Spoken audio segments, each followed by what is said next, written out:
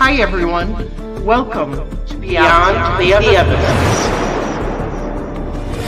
This is the channel where justice matters. My name is Marv.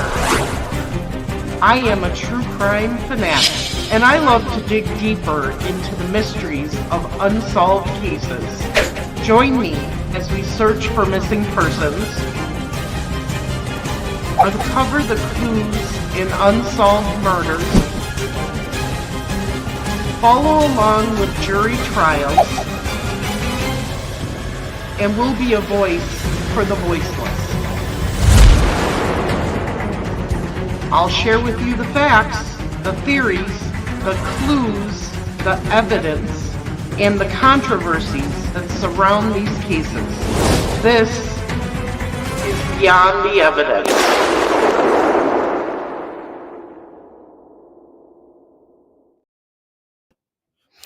Hello everyone, how are you?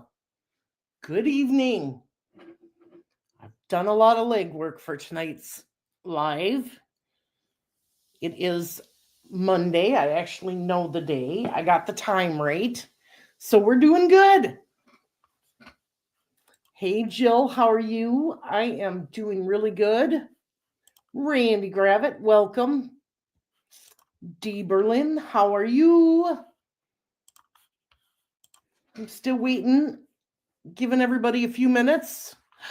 Fight for Justice, how are you? I miss you and our conversations.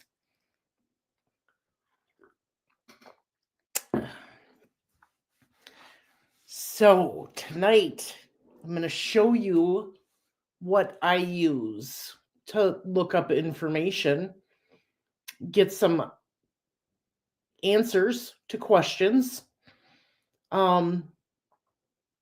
Just helps me save some time. And we're going to talk about the information that was put in the 136-page Frank motion.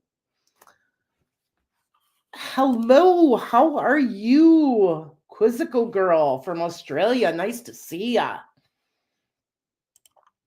So like I said, we're going to look at the Frank's motion, the 136 pages, and we're going to use the program that I use to look up information, do research on all kinds of things. This can help you guys in your everyday life. If you're not using it, you need to be. And I'm still learning all kinds of things with Bing AI to help me out in my everyday life. So I'm going to present and share my screen.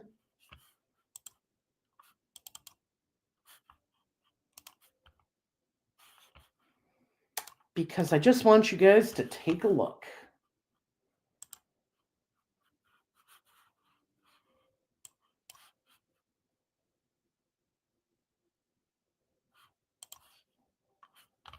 Okay. Hey Tracy, how you doing? So what I did is, you're going to see this, it's a long ways back to the top, but I'm scrolling. So I'm going to take the scroller and put it all the way to the top. Not quite. Okay. So what I did is I took Copilot off of Bing. And I said, please remember the following information.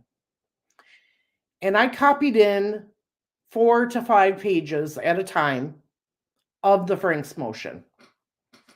And that's what all of this is. And you're only allowed so many characters. So that's why I had to do 4 or 5 pages at a time. And it gives me a summary on the key points of what I copied in. Okay. I did this for all 136 pages. Until they give me the option to actually put the file in there and to read it off of the document, this is what I did. Okay, so I'm going to come to the bottom because all this information is in here. Okay. And if you want Bing Copilot to give you information off the internet, you have to use the message Copilot. You cannot use the voice chat. The voice chat is used to teach your Copilot new things. Like I have in there, I talked to it and I gave it all of my YouTube information, my YouTube channel information, and asked them to remember it. So it has.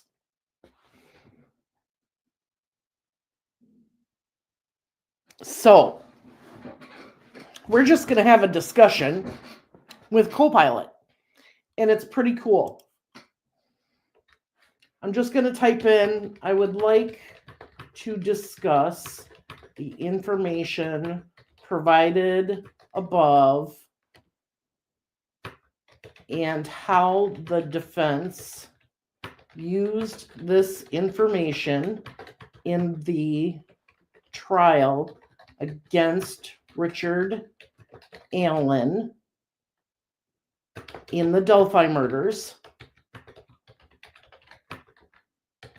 to try and use a third-party defense. And then I'm going to hit enter.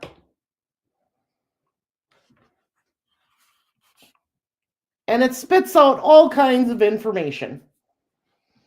It says, the defense team for Richard Allen in the Delphi murders trial attempted to use a third-party defense, suggesting that the murders of Abby Williams and Libby German were committed by followers of a pagan Norse religion known as Odinism.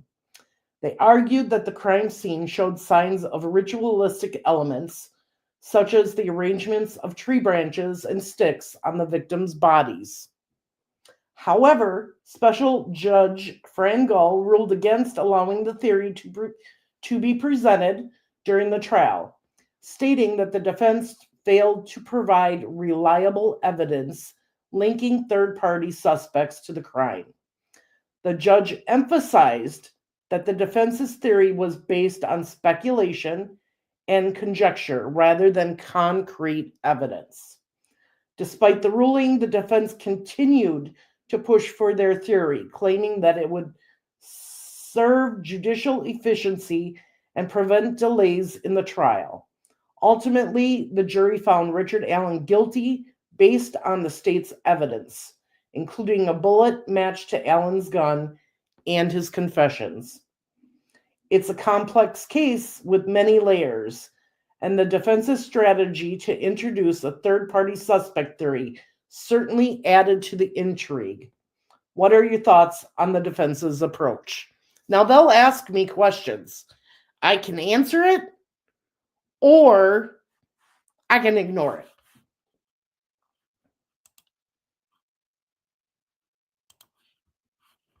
And just give me a minute here because my Frank's document is behind this. And I want to ask it some specific questions, so I'm putting this document on a different monitor. Okay. All right. So does everybody, I know that people are just coming in, and I already announced that I'm using Bing's Copilot to do this, that I entered all 136 pages, copied and pasted it in different sections into Copilot, and I just asked it the question that I'd like to discuss the information provided above and how the defense used this information in the trial against Richard Allen in the Delphi murders to try and use a third-party defense. While we're doing this, and I will keep an eye on chat, if you have any specific questions about the Frank's motion that you want me to enter into Copilot while we're doing this, we can certainly do that.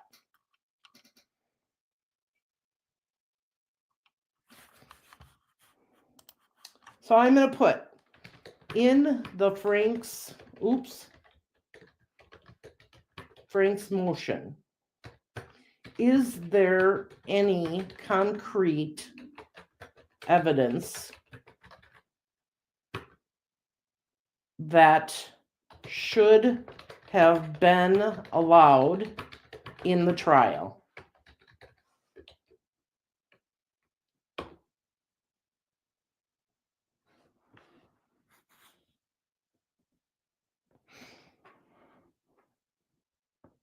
Okay. And yes, Copilot is the sponsor of Murder on the Monon. So, what response did I get to my question? It says, in the Frank's motion, the defense argued that there were several inaccuracies and omissions in the affidavit used to obtain the search warrant. They claim that these inaccuracies were made knowingly or with reckless disregard for the truth. Some of the key points raised included Dan Doolin incorrectly entered Richard Allen's name as Rick Allen Whiteman in the system. Last audio recording. Doolin claimed he lost the audio recording of his interview with Allen. Misrepresentation of evidence.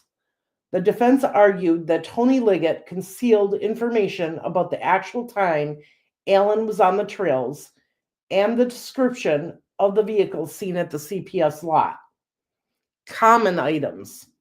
The defense pointed out that Allen owning a blue coat, guns, and knives is not unique and does not link him to the crime. The defense believed that these inaccuracies and omissions were significant enough to warrant a Frank's hearing to determine the validity of the search warrant. However, the judge ultimately denied the motion, and the trial proceeded with the evidence obtained from the search. Once again, it's a complex situation with many layers of legal arguments. And then it's asking me, do you think the defense had a strong case for the Frank's hearing? And in this, I'm going to put, during the trial, there was testimony from a woman who volunteered to organize the tips in a file system and then evidentially put all the tips into a computer system. It was found that whoever took the tip thought that Allen was the last or the middle name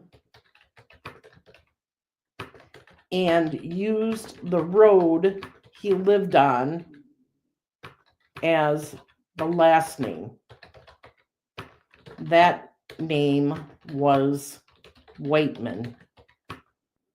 According to testimony from Dan Doolin,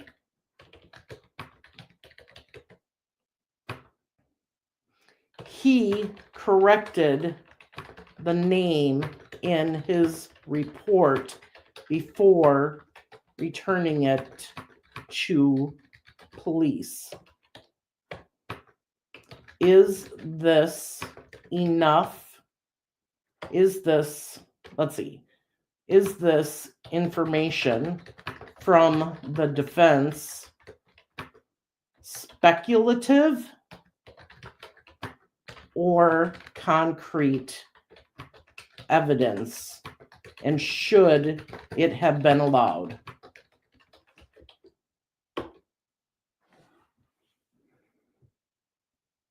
You're welcome, Gibbo.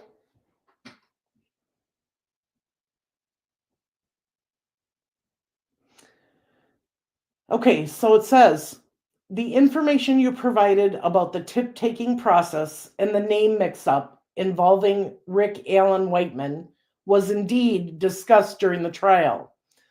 This piece of evidence addresses the confusion and potential error in recording Richard Allen's name during the initial investigation. To determine whether this information is speculative or concrete evidence, let's consider a few points. Source and verification. The testimony came from a reliable source, a woman who volunteered to organize the tips. Additionally, Dan Doolin, who was involved in the interview, confirmed that he corrected the name in his report before submitting it to the police.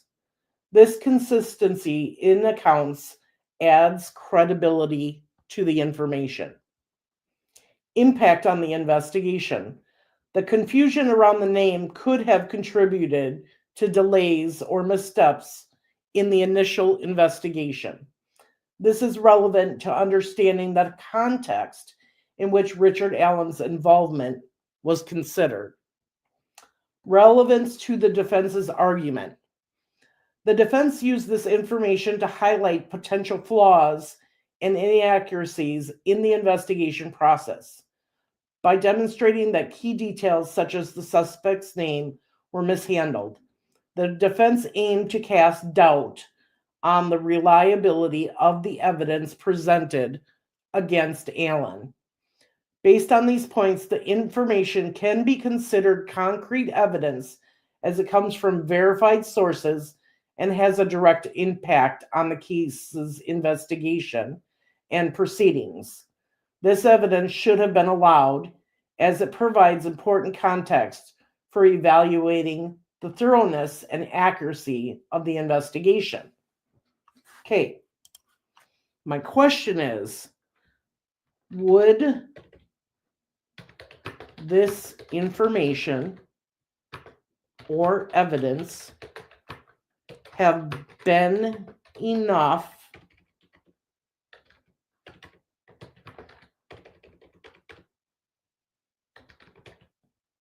to allow the third-party defense into the trial?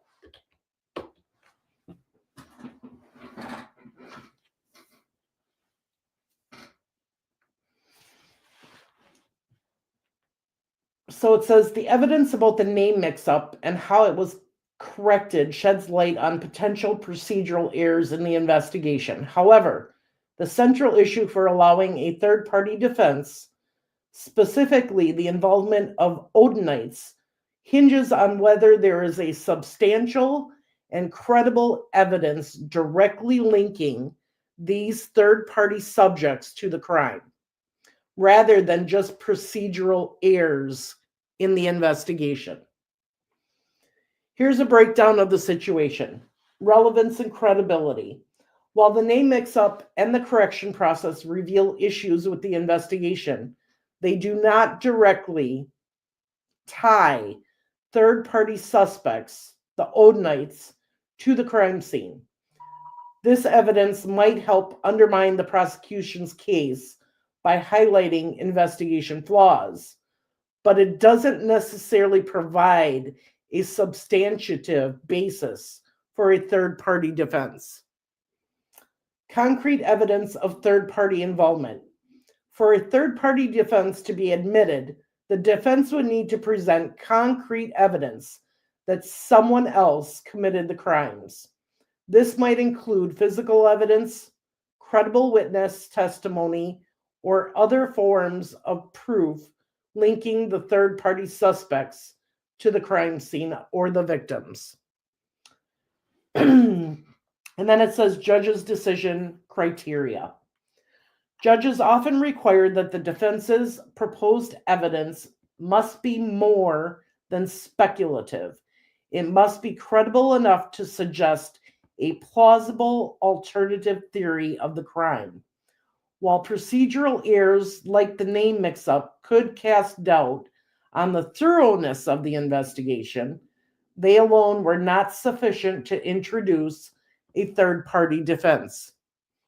In summary, while the name mix-up is relevant and undermines the prosecution's case by showing potential inaccuracies in the investigation, it is not in itself enough to support a third-party defense unless there is stronger, direct evidence linking third-party suspects to the crime.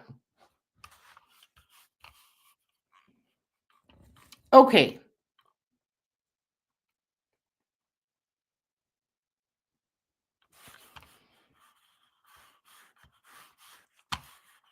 Now I'm going to ask it.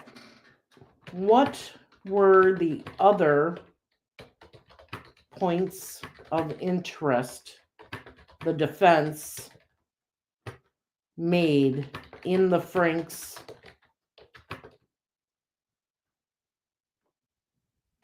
memo to indicate a third-party defense? Because there's a lot of information in these 136 pages.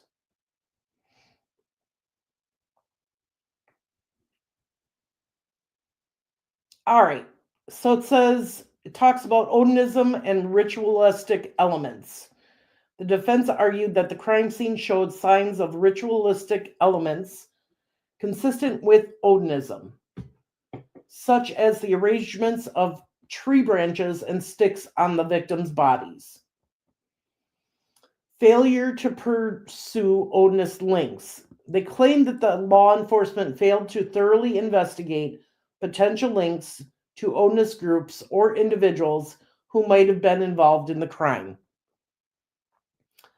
Odinist in Westville Correctional Facility. The defense pointed out that the Odinist groups were present in the Westville Correctional Facility where Richard Allen was held, and suggested that these groups could have had a motive to frame Allen. Concealed witness testimony. The defense alleged that certain witness testimonies were concealed or falsified to support a biased timeline against Allen. Social media connections. They included an analysis of social media posts involving individuals connected to Odinist groups, suggesting that these connections could point to alternative suspects. Evidence supporting these facts. The defense argued that the evidence supporting these points was like needles in a haystack of discovery, indicating that it was difficult to find, but still relevant. These points were part of the defense's broader strategy to introduce the possibility of third-party involvement and to challenge the prosecution's case against Richard Allen. However, Judge Fran Gull ultimately ruled that the defense's theory was speculative and lacked concrete evidence, and therefore it was not allowed during the trial. Did the defense provide any concrete evidence in the Franks motion?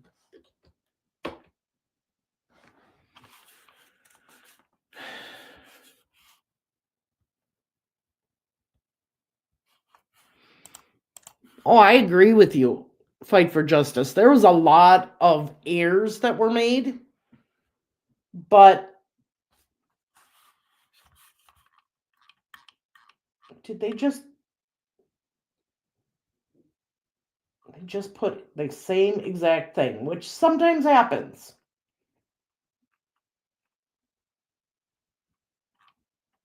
Oh, wait.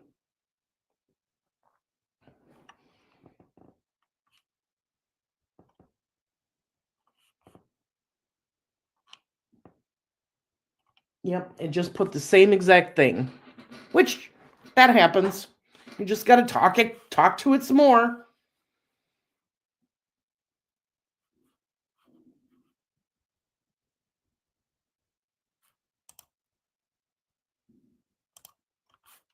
Ruckus says, we all make mistakes. Think about your job. If you make a mistake, does that make you incompetent? Very true.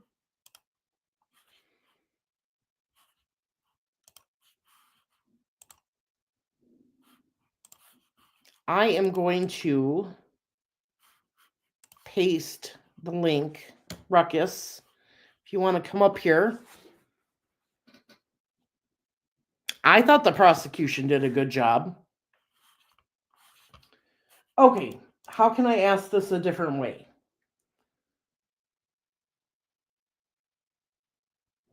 How would the defense prove with concrete evidence that the crime scene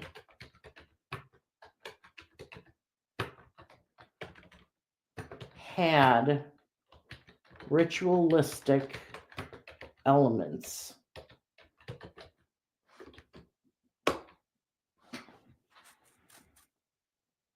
You got it, Ruckus.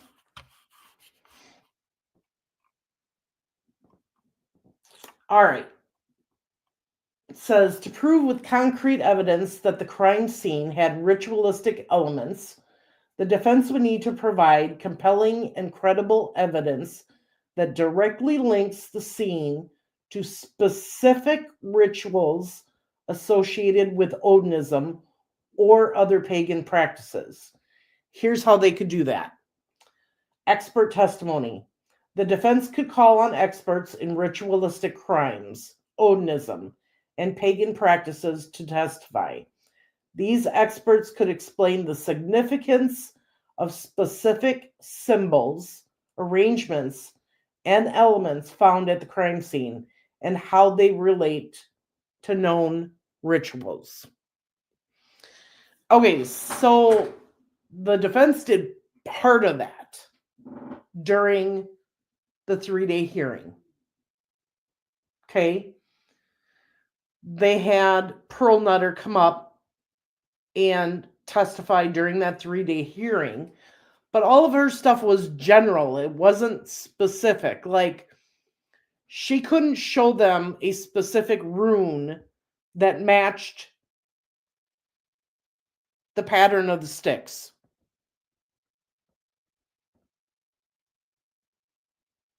Right? Photographic evidence. Clear photographs of the crime scene showing the arrangement of tree branches, sticks, and other elements in a way that is consistent with known rituals. The defense could compare these photographs with documented examples of ritualistic practices. I would have to go back and read Pearl Nutter's testimony during the 3-day hearing to refresh my memory if she specifically did that or not. Historical context. Providing historical context and documentation on Odinism and its rituals. This could include text, studies, and previous cases where similar rituals were identified at crime scenes. So, if you remember, Pearl Nutter could not identify runes at other crime scenes. She said that there was one case that was still in the process that they were looking into to see if it was ritualistic. Witness testimony. Testimonies from witnesses who might have knowledge of the Odinist community or practices. This could include individuals who have seen similar rituals or who have heard confessions from potential suspects involved in Odinism. Well, the only person they had testify was Pearl Nutter on this. So they didn't bring in any Odinists themselves and ask them questions or anything like that. Forensic analysis. Utilizing forensic experts to analyze any physical evidence at the crime scene that supports the ritualistic theory. This might include blood patterns, the positioning of the bodies, and any symbols or markings found.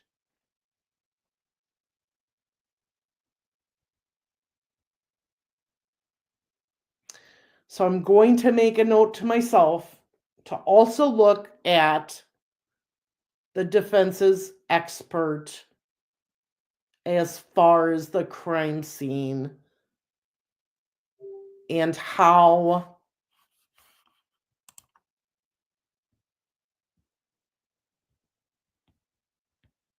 and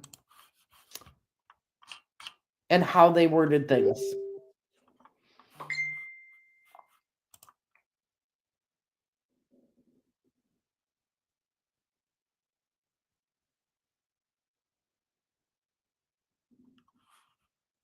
All right. Comparative analysis, comparing the crime scene with other known ritualistic crime scenes to show similarities. This could help establish a pattern or method that is consistent with ritualistic killings. Social media and communication, presenting evidence from social media, text messages, or other communications that suggest involvement in or knowledge of Odinist rituals by potential suspects. By combining these types of evidence, the defense could build a compelling case that the crime scene had ritualistic elements, potentially pointing to third-party involvement. However, it would be crucial that all this evidence is credible, well documented, and clearly presented to effectively support their argument.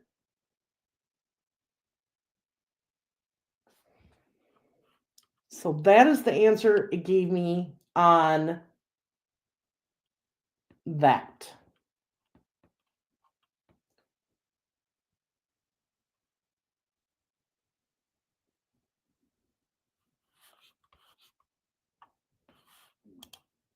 Okay.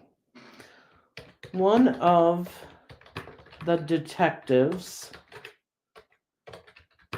who investigated the Odinist angle stated in a hearing he could not find any evidence that Odinists were at the location the crime took place or the scene of the crime. What would the defense had to show as concrete evidence?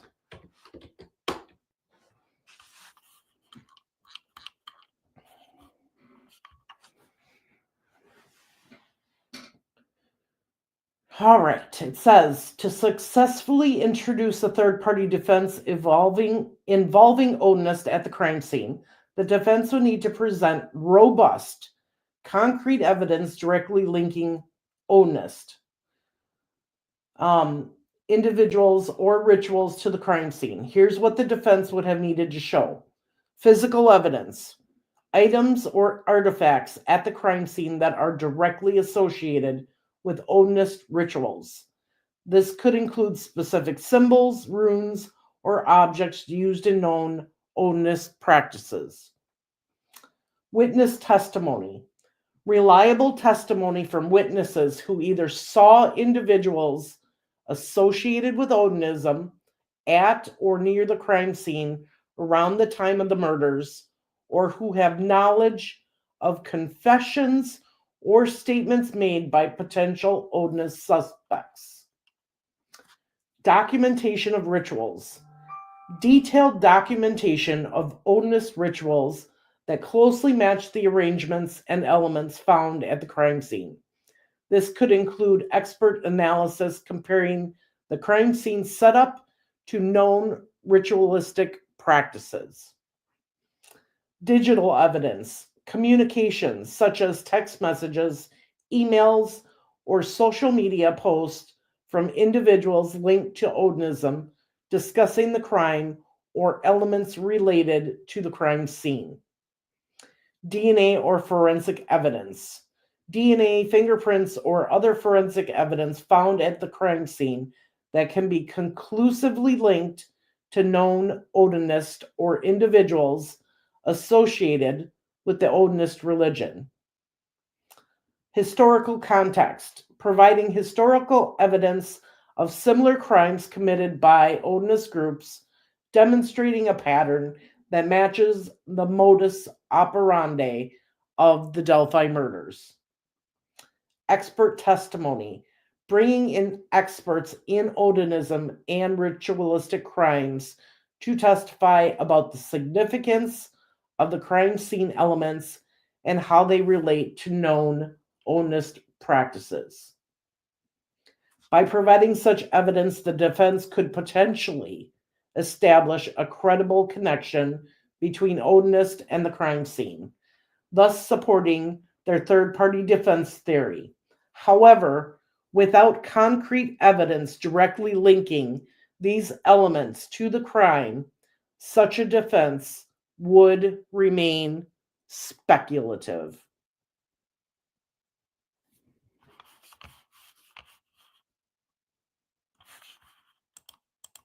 Quite interesting. Let's see. What's everybody saying?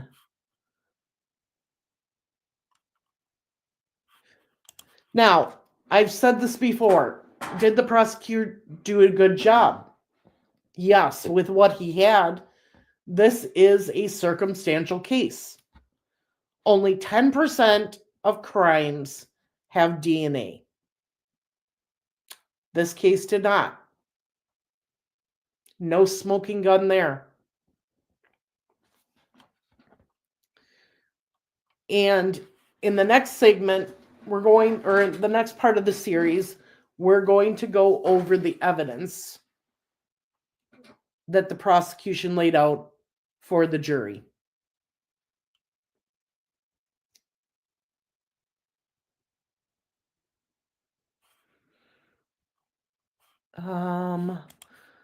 The jury used common sense, can still see the big picture regardless of a prosecutor making mistakes. And let me tell you, Victoria, every time the defense brought up the investigators' mistakes, there were a few jurors that shook their head. Like, another one? Come on. They saw it. They knew there was mistakes. Over and over and over again, it happened.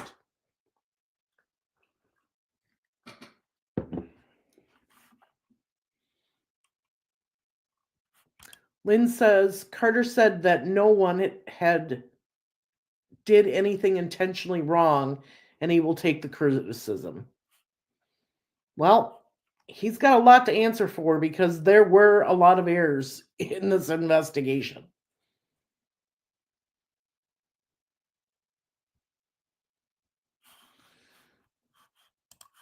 All right, 1 second here.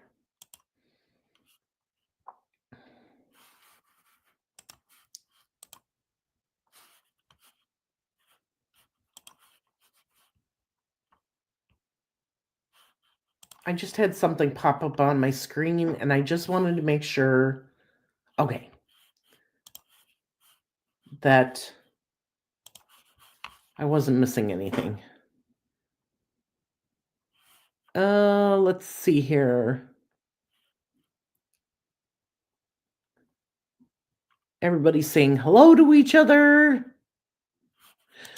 Randy does bring up a good point. There will be more in December court hearing, over 65 people on the 20th. Wow.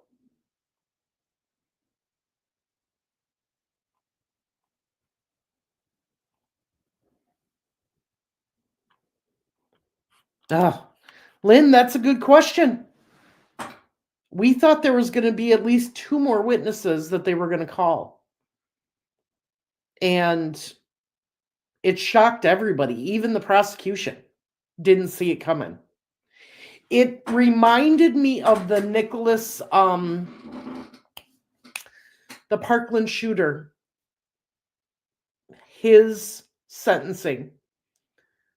Why can't I think of his last name? Nicholas, whatever it is. All of a sudden, the defense rested and shocked the hell out of everybody.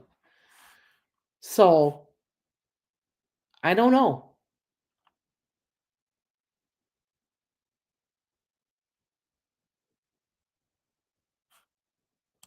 Well, I'm hoping that something is done about this. Absolutely. It needs to be.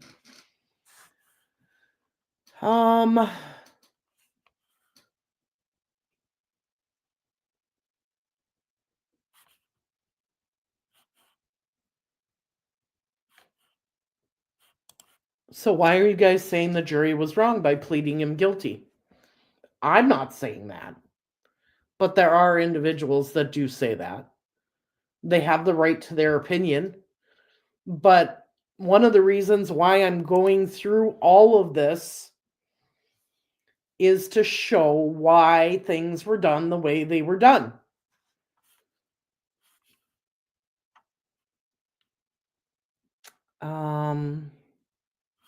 Most cases are circumstantial and many overwhelming circumstantial. Yeah, you're right.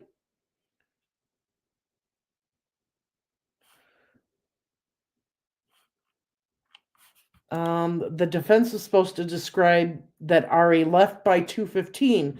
Did they, or did I miss that? No.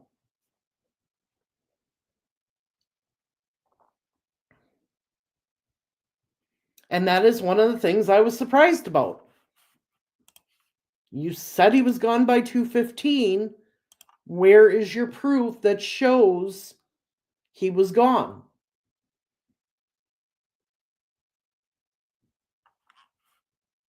So, one of the things that really hindered the defense's whole defense was the fact that that phone was the only one missing.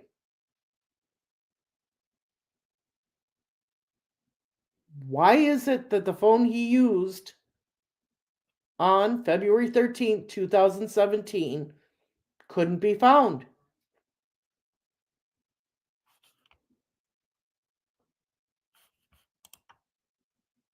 The defense had no alibi after Allen left the trails. Right. But then again, you had multiple people stating they saw him at specific times.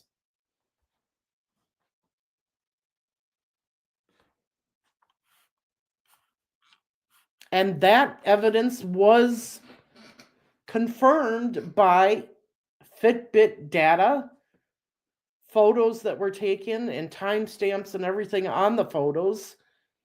So they kind of backed themselves in a corner.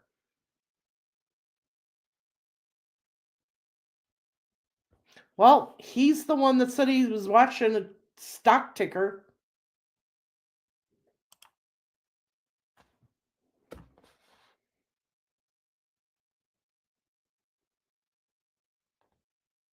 So unless he had an iPad or something that had Wi-Fi on it, and he could reach somebody's Wi-Fi and use it,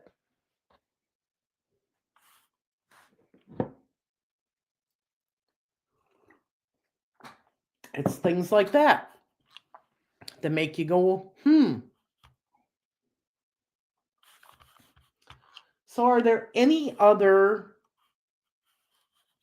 elements of the Frank's motion that you guys want me to check into while I'm in Bing?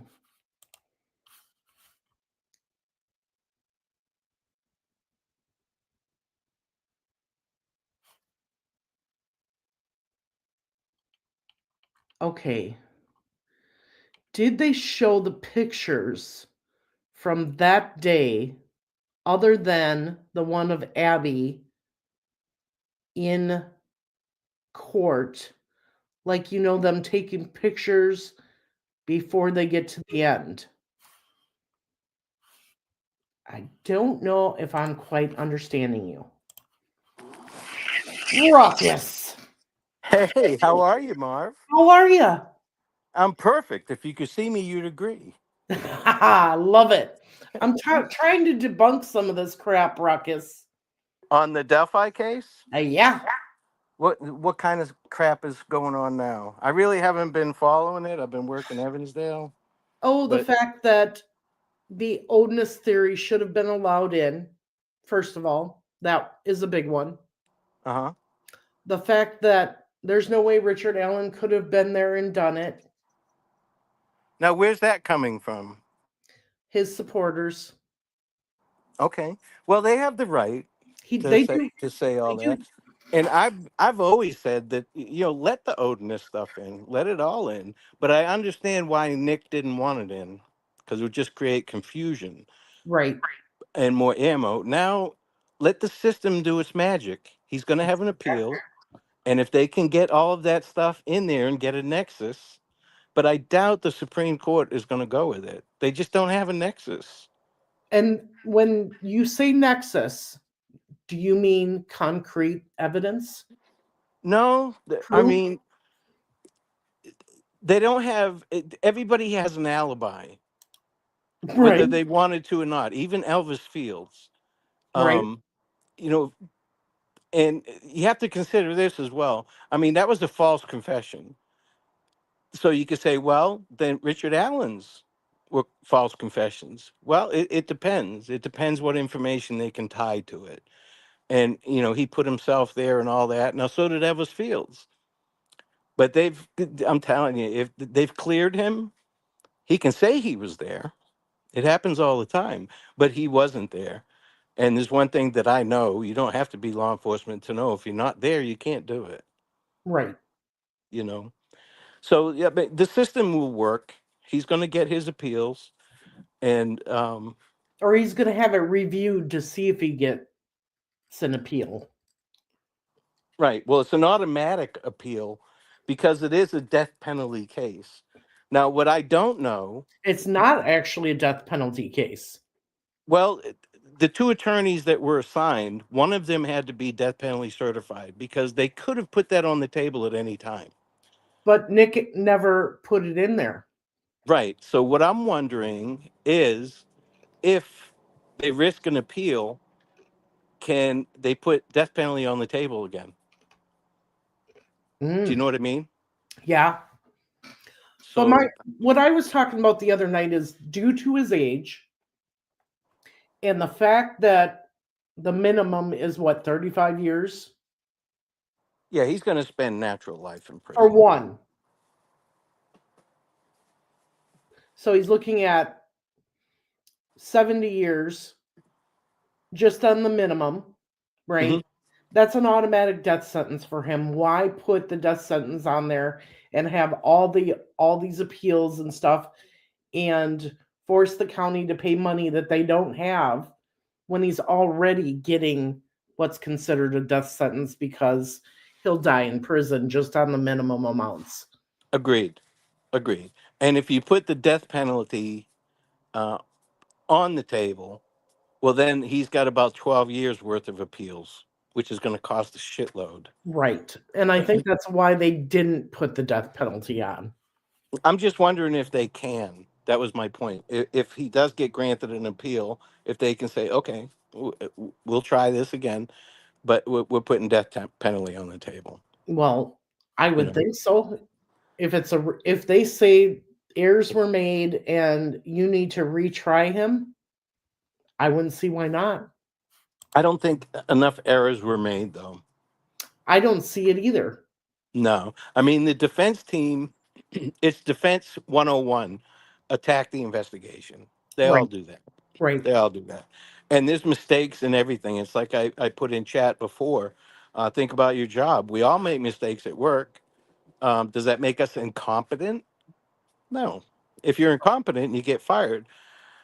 But Linda, Exactly. he's in Cass County until he gets sentenced, Right. and then he'll go to a reception center. That's what we call them in Florida. I don't know what you call them in Indiana, but I think he'll go. it's similar to that. Yeah, he'll go to a prison where classification looks at him, looks at everything, and decides which category he falls into, which classification unit, and then they'll send him to a prison. Hmm. But Right. it's going to be interesting. I to me, this was just a 3 week guilty plea.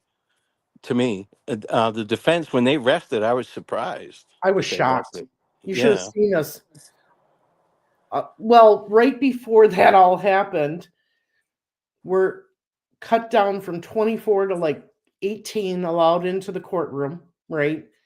Mm, And we're sitting there with the families, and these two deputies are telling us, if you make any sound whatsoever, you will be tapped on the shoulder and you will be escorted out.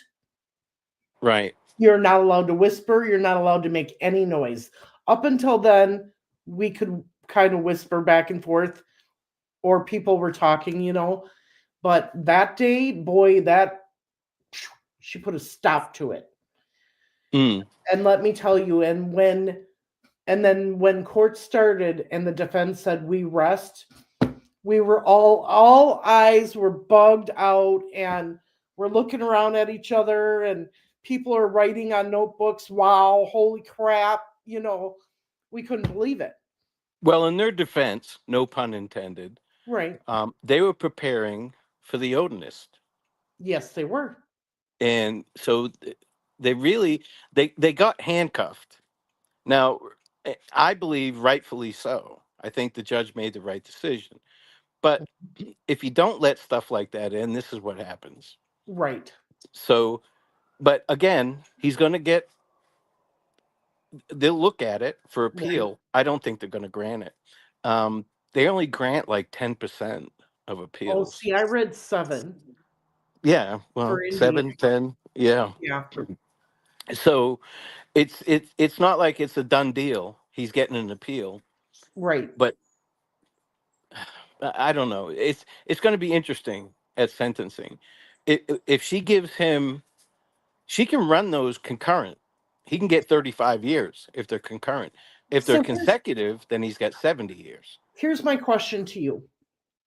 You have the first charge for each one is for Abby and one is for Libby due to the kidnapping. And Right. then you actually have the third and fourth is one for Abby, one for Libby for the killing. Will she get rid of those first two charges and combine them into 3 and 4? No, no, she can't because of the appeal process. Okay, You know, so she would have to sentence him on all 4 charges. right? Because any win is a win. Okay. So as far as an appeal goes, because most everything that the defense team has done has been appeal fodder in Right. my eyes, Right. and so it depends. It depends the way she wants to go with it. But she's no dummy. She's not going to do something to risk, the sentencing or anything like that. So Right. I just didn't know if they could come, because in other trials that I've watched, I've seen them take charges out because it's the same as charge 4. In fact, they just did that for Lalani Simon. well, they dropped the straight kidnapping charges because the statute of limitations ran out on it. Right. And that's why So they put the one that they did. yeah, but I mean, there was plenty in that probable cause affidavit to arrest him. There was plenty in there. Oh, I Now, agree. a lot of people that are either defense attorneys or defense attorney minded, because we all are. It's an argument. You fall one way or the other. If you're in the debate club in high school, they give you a side to choose, and that's how they see how good you are at it. But they're all going to say that, he didn't get a fair trial, his rights were violated, he was tortured, and all that. And I don't believe any of that They proved it. personally. they proved it with the witness, the rebuttal witness, that he gave dates and times that he was in psychosis. And the other expert gave dates and times that he confessed. So he was not in psychosis that whole time when he was confessing. But that's subjective as well. It just Right, depends on. It doesn't matter what we think. It matters what those 12 people thought, and right, they believed that he was not in psychosis. I right. mean, he's the worst client those two attorneys have ever had. Oh, I'm sure. Yeah, I mean, they were behind the eight ball right out the chute. You know. Roxy, no, he's not gonna. 70 years is a minimum. 130 is the maximum, from what I'm hearing. So he could get Yeah. anywhere between the two. Now the victims' families, they're going to be able to make statements, Yes. and he's going to have a chance to talk if he wants to. And he's also going to have family or loved ones be able to speak on his behalf also. Hmm. And Mustang, to answer your question, yes. I don't know if they were willingly involved or aware that they were involved, but he was there for a reason. He was on a mission. He was hauling ass to that bridge. I believe that he knew the girls were going to be there. See, after sitting in there, I think it was total opportunity. Yeah, I mean, I can see that too, Marv. I I mean, we think all had to wait until all this evidence came out. I think the part of others being involved is going to come out and be part of the girl's legacy of the biggest CSAM case in Indiana, actually the whole Midwest, because I heard that there's people being looked at all over the United States for the Sure. CSAM because of this. Yeah, that Dropbox. And that's where these other actors are going to come in. Now, were they willing participants? You Well, follow that's what I'm saying? right. We don't know. Yeah, he may have found out through the channels that these pedos use Hmm. that they were going to be there and they were supposed to meet somebody, and that's why he was hauling ass there. But why lie about? There's so many things. I mean, I'm honestly done with this case. I trust law enforcement when they arrested him before all of these confessions. They were sure it was him, so I trust them. I, Yeah. I trust my brothers and sisters in law enforcement that they did their job.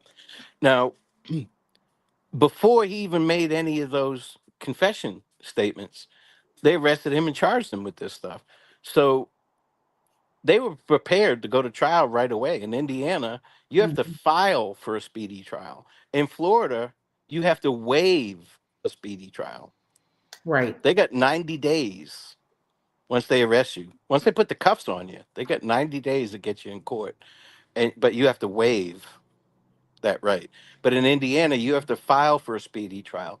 Now, the defense had the paperwork ready when all that shit was going down, where they recused themselves or the judge forced them out, whichever way you want to look at it. They had that paperwork ready, but for some reason they didn't file it. And you were in the courtroom. Did it look like Nick was prepared or the defense was prepared? Or were they kind of just both on skates? No, Nick was definitely prepared. He laid that case out in a manner where everybody could follow it. He was definitely prepared. The defense was disorganized. They didn't know whether they were coming or going. And like I said, the thing that hurt them the most, Ruckus, is the fact that that day that Baldwin was up there and he was cross examining a witness, and he could not even get his questions right. And it was objection after objection after objection for leading. And then he tried to rebut the witness and did it wrong. And the judge called him out on that a couple times, along with objections from the prosecution. And that man finally just sat down, didn't say a word about, I'm done, I have no other questions. He just sat down defeated. Now, if it was cross examination, they can ask leading questions. They'll start out with, isn't But it true? And then ask the no, question and he then was end it with actually correct. giving information in his questions Well, you should be able to do that during cross. that hadn't been talked about Okay. by the Well, they're prosecution. trying to get stuff in. Again, it's Yes, appeal fodder. yes, Yeah. Which I don't disagree with them about that. It's all part of our system. right. That's how it works. We all deserve representation, But I mean, they skated the line for ethics, morals, you I know. think the defense could have attacked things more by just refuting the timeline and actually having their ducks in a row with trying to rebut witnesses' information. But they would be like, "Well, you said that you were out looking at ATM machines, and you said this in this affidavit," but they never showed the affidavit to the person, had them read Right. it, the proper way to re- rebut somebody, and they couldn't do that, and that happened over and over. And one of the things that they did is they continued to play these games, and the jury saw right through it, just like in the mini opening where they said there was a hair found in Abby's hand and it wasn't Richard Allen's. Which is a true statement. Right. And then the next day they came in for opening statements and they said, "Oh, we forgot to tell you that it was a female hair and more than likely belonged to a member of Libby's family." Yeah, familial DNA. So it was things like that where they were playing these word games Right. and the jury saw right through it. Well, that's what they're supposed to do. Now, the thing that baffles me is that round, right, was a key piece of evidence. It's not junk science. They tried No. to play it off as junk science, Mhm. but why didn't they get that round and have it independently tested by their experts? They just looked at Their reports and expert notes and pictures. their experts said the defense never asked them to do it. Okay. So that is why they did not test it. Well, again, in their defense, they were going with the somebody else did it Yeah, theory, which is common as well. But I mean, listen, if there's a dead body and I come upon it and your driver's license is sitting next to them, that doesn't mean you were there. right, So, I mean, you have to, like I said, once he got arrested, the truth doesn't matter anymore. It's all smoke and mirrors, theatrics, presentation, deflection, sleight of hand. That's what trials are. yeah, But you can't, the evidence should stand on its own. And it did. I I believe wasn't I it. wasn't married to any of them. They could have got rid of the defense team, the judge, and the prosecutor and get all three new people in there and they would have got the same results Right. because of the evidence. Melissa, this is just rumor and speculation. There was nothing stated that he was going there that day to plan on unaliving himself.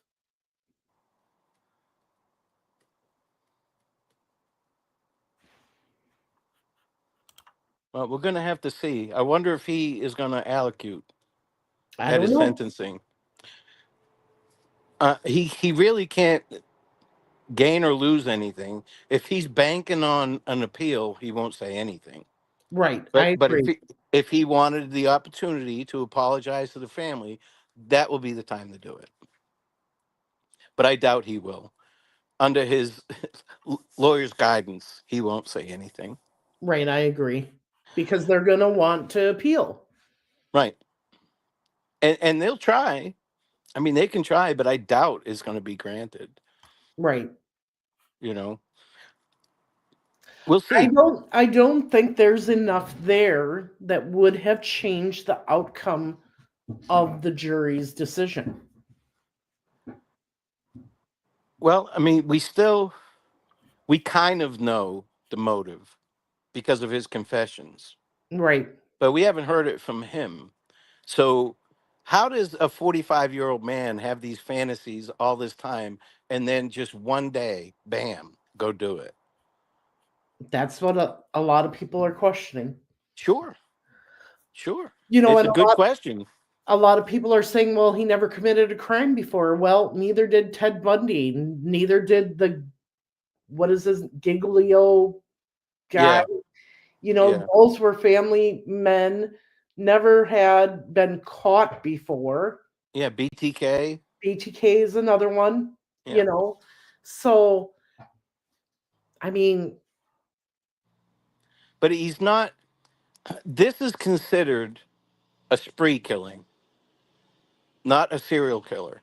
Now, thank right, God that we know of that that we know of. he didn't commit any other crimes during that 5 year time. I know. You know, I think he couldn't because the video was out there. what do you think about his? My wife has told me a million times, if that was you on that bridge on that video, I would know it. I would know it's you. Now, You wouldn't know if that was your husband or not. maybe by the voice, because when I heard that is the thing that got me the most was the voice. When they played his confession call and then right afterwards played the bridge guy video, that right there cemented that to me that was his voice. Hmm. Now that Um, was enhanced. People, now you're in the courtroom. You heard the actual audio yeah, before it was enhanced. yep. Did you get the same vibe?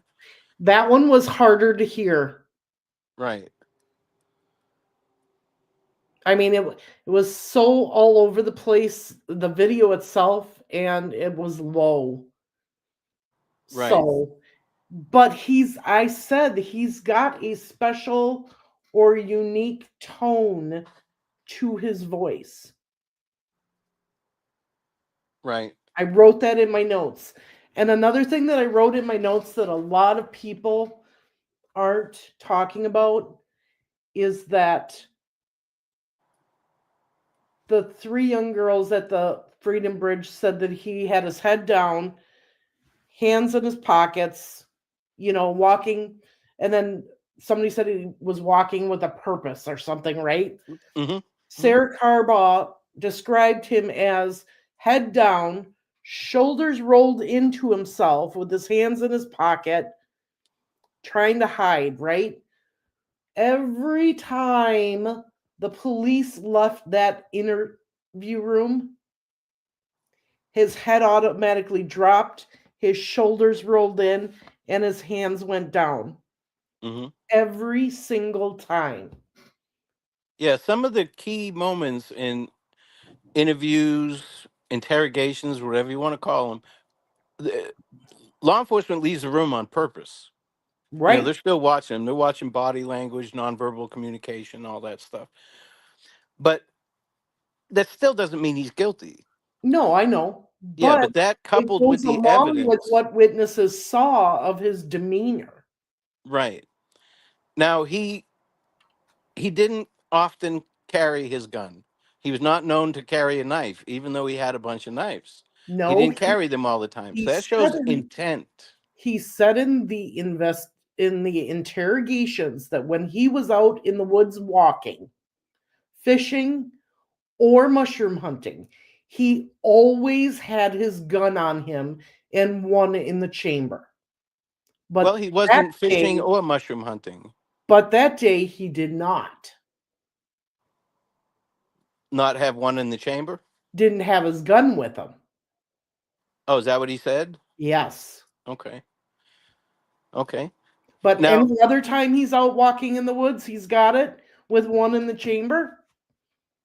well, that's how you should carry. If you don't have one in the Right. chamber, I No, I mean, know. but So to me, it shows intent. Yes. So how many times has he been out there? And he admitted that he bought a 6 pack and he drank three, which means to me he drank six. Right. He Now, admitted being out there because he said he fished out there, he mushroom hunted out there, and he had photos of the bridge in a photo album. right. Plus, you had the picture of his daughter being on that bridge. Now, is that No, a good area to hunt? Now we know Ted Bundy took three victims away from a party not at a hunting, busy lake, not but hunting deer, mushroom hunting. yeah, no, but I'm saying, is that a good place to hunt for victims? That's what I'm saying. Was it Well, just the perfect storm that day? yeah, because if you've got one or two of them crossing that bridge, you've got them trapped. That's Yeah, what he they was were trapped. banking There's on. no doubt about that. But the whole white van thing, I mean, that put him under. Mhm. His confessions or incriminating statements, that really did him in. It's hard for any attorney to defend that, Right, you know. And I've worked death row, CM, which is close management, um, PC, protective custody. I've worked every kind of solitary confinement you can talk about, right, and, and they all act like that. They right. want out. That's why they do that. They want out. And his psychologist said he wanted two things. That's what he kept talking about. I want two things. I want to see my wife in person and get in person visits, and I want to be transferred out of here. Too fucking bad. He was there for his protection. Yep.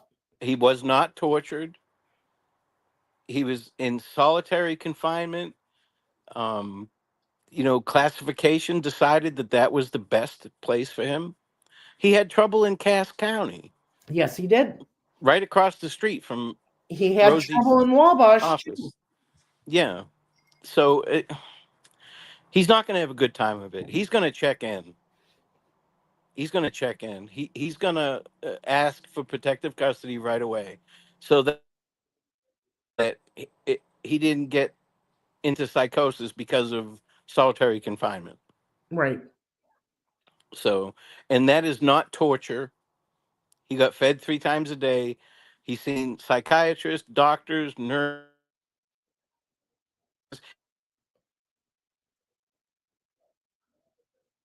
Oh, I can't Oh, hear we you. lost Marv. Oh, you back? I'm back. Okay, that was quick. So, yeah, now you know that the jury is the only one that got to see those videos of him in Westville. Right, And there was some there was one individual on the jury, she got emotional seeing that. But right, apparently they didn't buy that that is what made him go into psychosis. right. And they shouldn't. And they shouldn't. I was working in close management, right? And there was an inmate that was eating his foot, Ew. his heel. He was biting off big hunks of his heel because he was upset with his treatment. Now, what he was really upset was that he couldn't smoke. That was the main thing Oh, with him. He couldn't smoke while he was in close management. right. So Richard Allen was eating his shit. So I guess the guy that I was with was eating his feetsies, and Richard Allen was eating his feces. Right. Well, he So was he was smearing it everywhere. I've seen that a million times, Marv. Right. That's A how they million times. it's And what you have control over. I've got these assholes to clean up their whole cell for a cup of coffee. And I bet. and I'm telling you, they will do that. They will smear shit everywhere and piss all over the floor. if they know that the guards are going to come in, Right. you know. Um, but the guards are coming in regardless. It's going to Oh happen. yeah. And Yeah, that's and why he got hosed out. yeah, we didn't have tasers and all that. If he refused to pull his hand inside the food chute, I just would have kicked that fucker as hard as I could back in the day. Now we're talking in the early '90s, Right. but we didn't call a supervisor for that. There was no tasing. We didn't even have tasers. I never carried pepper spray Right. the whole time I worked corrections because I'd rather get my ass kicked than get my ass kicked and sprayed with my own shit. Right. So but we just would have kicked the food chute. That'd be the last time he'd leave his hands out there. Right. But he's a little tiny motherfucker, and he just wants to have control of a situation. He's not much bigger than me. Right. Well, he wants control of the situation. You Right. know. And I thought he was manipulative, especially in the interrogations and when his wife came in and in the 7 calls that we heard. I thought he was very manipulative towards his mother and especially his wife. Yeah. I mean, I never got to see any of that. It's like I said. Back early when they first arrested him, I just started going on YouTube. I didn't even have my own channel yet. Right. About 2 weeks before he was arrested, I was on Frank's from the Netherlands channel. And, then I started my own channel. But once he got arrested, that was a done deal for me, you Right. know. But I wanted to dig in deeper. And, I reached out to some people and, I've learned a lot from this case on how to run my YouTube channel. Yes. And that's why I'm not putting out any videos about Delphi or anything like that. I don't care. I'm working behind the scenes on a couple other cases where I'm actually working with victims' families where it matters, you Right. know. But this thing will go on forever if people entertain it. Oh, I You know. know, I he know. got he got sentenced, and our system, the way it works, if he got acquitted, Marv, done deal, Right. done deal. We can't bring him back. We can't Nope. rearrest him. No double jeopardy. But Right. because he was found guilty, the system, they'd rather put 1,000 guilty people on the street than put one innocent man in prison or Right. woman. So he's gonna get his due justice, and he got it in this trial. He got due process. We witnessed it. Right. We witnessed it, and like I said, the evidence stood on its own. If they got rid of Nick and brought in another prosecutor from another state, I don't care, or Yep. another judge or another defense team, it would have got the same. I agree. Would have got the same thing. Now, people that are defense attorneys or defense minded, stuff like that have been saying that his rights were violated, they were not.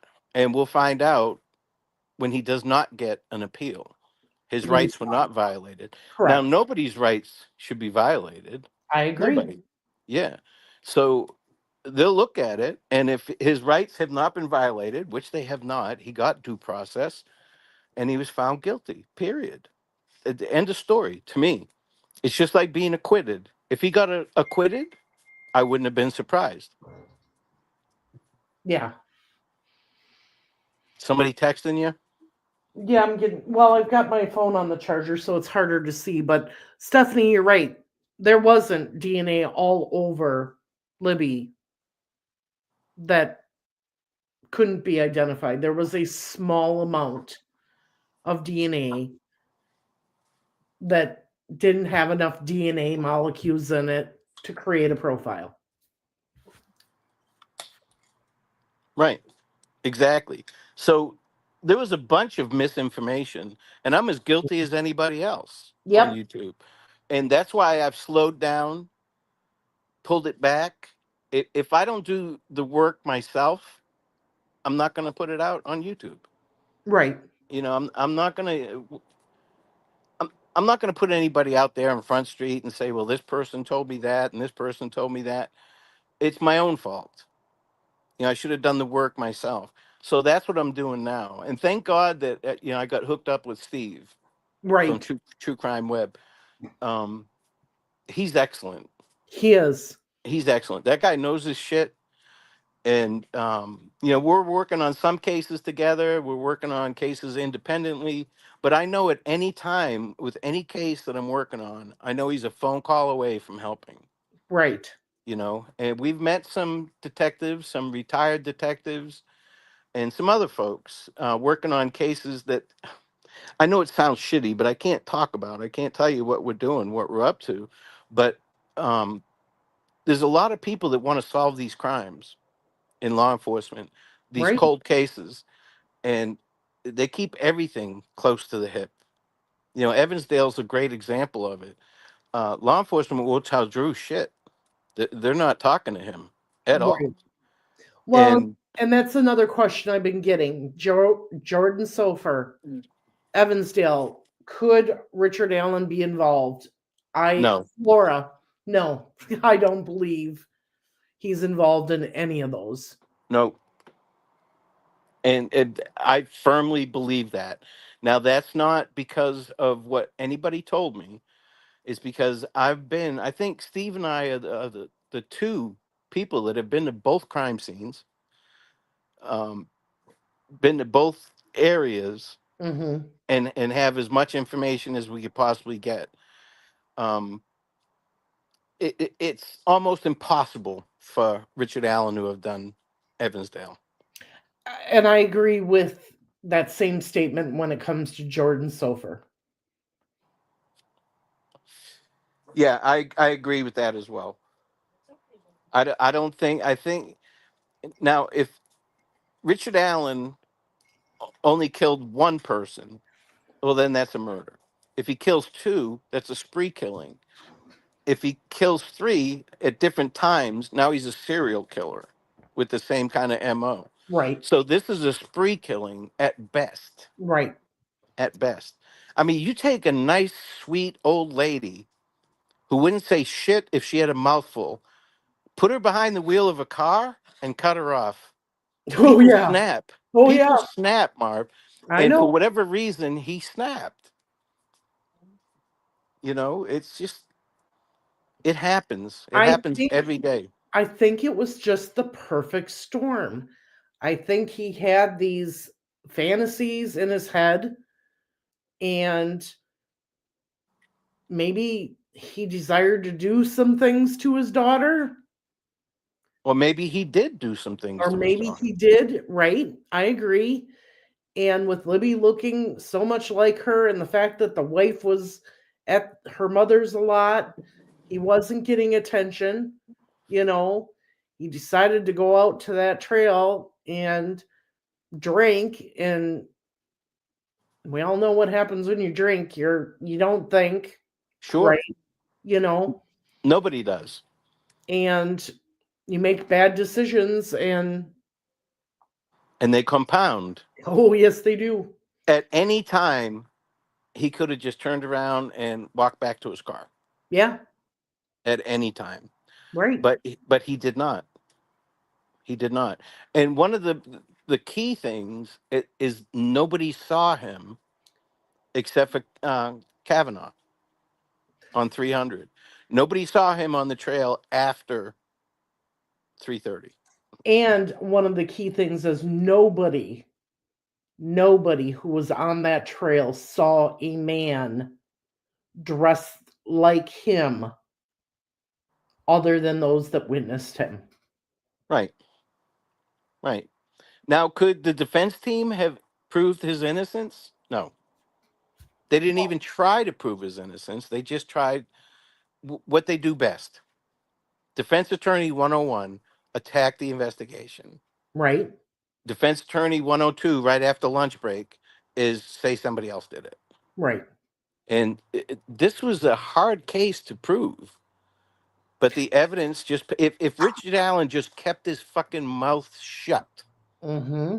he would have had a better chance. But he did And not. I think if the defense attorneys had not focused on the Odinist angle, they may have focused on actual witnesses that were testifying for the prosecution, that they could have brought in more accusations of there being another person, just not specifying that it was Odinist or Holder or Elvis Fields or Patrick Westfall. They had that opportunity. They did some of that in the trial, but it backfired on them. But they weren't prepared to do more because they were so focused on the Odinist angle. It's like they put all of their eggs in that basket. That's what they wanted to present, and they didn't look at any other strategies. When that memo in support of the Franks motion came out, I had just finished reading it, and my mouth was dropped open. My jaw was dropped open. And I get a phone call, and I say, it's Steve. And the first thing he says, have you ever seen anything like that in your whole life? Nope. No. No, never. Never. Right down to which arm went into which sleeve, as if they were there. Right. And that was it. Once they put that memo out, they had to stick to that. If they strayed off of that, they wouldn't have any chance for appeal. None. But do I blame them? No, I think the defense team did a great job. Melissa, they did have the witness there that said he was muddy and bloody. She testified. In fact, she gave the defense a what for, because she was not taking any of their crap.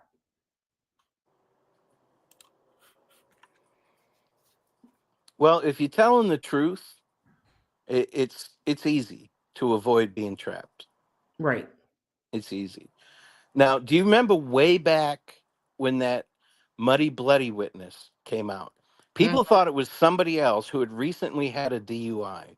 Yep. And this is where YouTube hurts Yes, it did. people and hurts things. That poor woman had nothing to do with it. She wasn't even on 300 that day. Right. And somebody looked up her whole background and all that. And, I'm not Put all of her participating. information out on the internet. Yeah. Yeah, I'm not participating in any of that. No. I'm trying to work with families and help law enforcement. Period. If you're doing this, if you're keeping on this because you genuinely believe that Richard Allen is innocent, well, then there's avenues that you can take. If you know for a fact he didn't do it, you can put that tip in. There's avenues you can take. If there's evidence that somebody else did it, send it in. If not, shut the fuck up. He got found guilty. Yeah. Get on with your life. Well, Monday, I have to disagree with you because there's too many different little points of evidence that say that Richard Allen is BG and that BG is the only one that killed the girls. And that we're going to go through tomorrow night. Okay. I'm looking forward to hearing what you have to say about that. Basically, But like I said, what it's Nick all did. circumstantial. There's no driving bomb of information. And like I said earlier, in most cases, only 10% of the cases actually have DNA. I was shocked at that because I love watching and see all the shows on TV, and they make it sound like all these cases have DNA, and it actually doesn't. In reality. Well, what Nick proved is there was nobody else that could have done it. Right. And DNA, as far as that goes, you just have to wait for technology to catch up. Right. And it'll happen. It'll happen. And I mean, there's people getting out of prison because of DNA, which is fantastic. That's fantastic. But they proved to me, I wasn't there, you were, but Mhm. they proved to me from what I've seen that there was nobody else that could have done it. Right. He knew too many intricate details. And through no fault of his defense team, I mean, he I agree. like I said, he could have just shut the fuck up, but he I mean, didn't. we only heard 7 of his calls of confessions. There was over 61. And to me, the ones that I heard, and I didn't even hear them, I just, you guys reporting what you Mhm. heard in the courtroom. Um, just saying I did it is not good enough. It's not good enough. But what he said in those intimate times with his psychiatrist and psychologist, just wrapped a nice bow around it. Right. I was the You only know. one there. Now he again, Marv, without those confessions, take those out of those 661, however many there were, take those out of the equation. Law enforcement locked him up and charged him with this crime. Right. I would have They were still found positive him. it was him.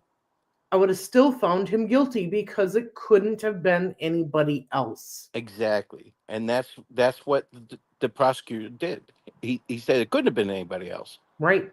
He put himself there, dressed as BG, and they put out early that this guy in this video is the one that committed this crime. Right. So again, we may never find out exactly what the motive was. From what I understand, he planned on raping them and then got spooked by the white van and forced them across the river. We still don't know exactly what went down. Right. I We agree. do, we don't know, and we don't know. We know that there was a bladed instrument used, and they convinced the jury that it was a box cutter from that he got from CVS. Now that's partly because of his statements, right? Right. But Right. we don't know if the girls were attacked from behind or what. That was never addressed that I'm aware of. Did they say anything like that in the courtroom? About what? Were they attacked from behind? Did he No. grab them from behind and caused the injuries No. that So they had? they said that when it came to Abby, she was laying on the ground. They used the word in a supine position, which means Okay. laying on the ground. And they knew that Libby was standing when she first got cut because of where the blood was on the Right. ground and on her body and everything else. Right. Now, Now, what about Abby? Abby got one stab wound to the jugular, about yay big, and that's all it took. Now, they didn't say if it was from behind Mm-mm. or anything. Because how do you? And I'm just playing devil's advocate here. Now, the only thing they did say was this. Now, they said that Abby was not moved.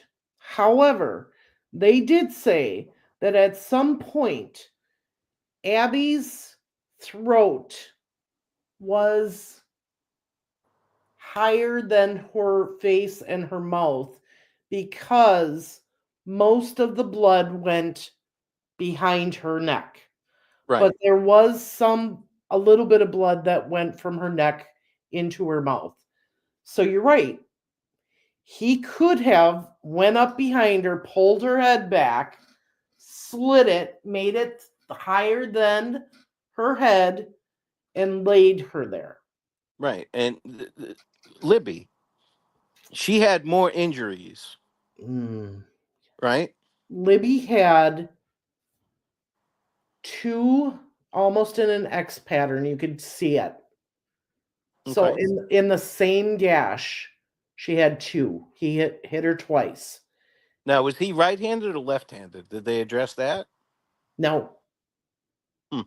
nobody questioned that. And Because they then should be able to tell by the autopsy. whether it was from behind or from the front, based on whether he's right-handed or left-handed, because he's definitely not a ninja master.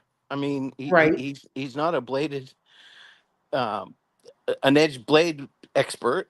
So that to me, that should have been addressed as well. You know, Melissa, I hate to tell you this, but Libby had no time to fight back. She didn't. He put such a big gash on her side and in the middle. He completely severed her carotid artery and her jugular. And then on the third one, he partially severed her carotid. She didn't have time to fight back. The well, girl, here's the thing: neither girl had defense wounds, right. so I doubt those attacks were from the front.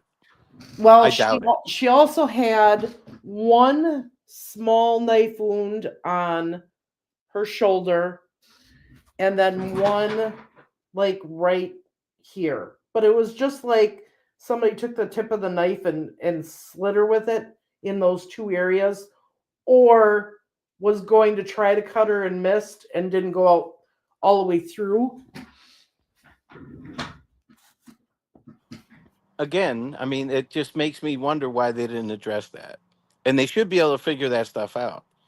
Um, you Okay, know, here's a good point. Now TLS was in the courtroom with us. She said he wrote with his right hand. I believe he was right-handed. Yeah.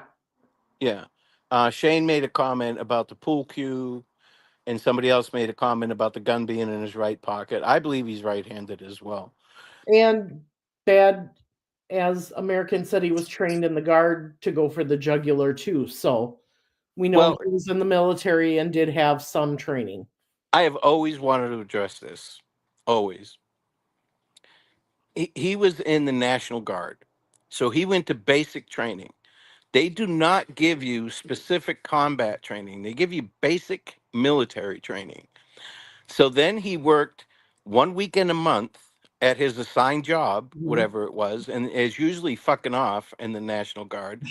And then for 2 weeks out of the year, he went for drill, Mhm. where he actually went somewhere. Right. So here's the thing: he's not a trained assassin. He's not. It's just not what it is. He was No. National Guard. He was a weekend warrior. And there's nothing. I'm a veteran myself. God bless him. I'm glad that he decided to do that. But he's not a trained assassin. None of his military training came into play during this incident. None. Right. It was all adrenaline, Oh yeah. um, bad decision making because he was drinking. But there's no defensive wounds on either one of the victims. No, there's not. None. So that tells me personally, 99 times out of 100, that it was from behind. Now, whether it was, at that point, he couldn't sneak up on them. So it was just a matter of grabbing one And and then grabbing the other. actually I'm glad that we're talking because that would make more sense. Now I don't remember what side she was cut on first, okay guys? I know that one side was completely severed her carotid, her jugular was completely severed, her other carotid was partially severed, but that side is where the three scratch marks and what that doctor said was the imprint of the box cutter handle. Uh huh. It would only make sense if she was attacked from behind, that was there. Right. And they said there was a mark on Abby's upper lip. Yes. So that could have been where he grasped her face and pulled it back. Mm-hmm. And I don't want to be graphic or anything like No, I that, know. but that's more than likely what happened. The average person, you don't have to be a ninja, No. knows to cut the neck.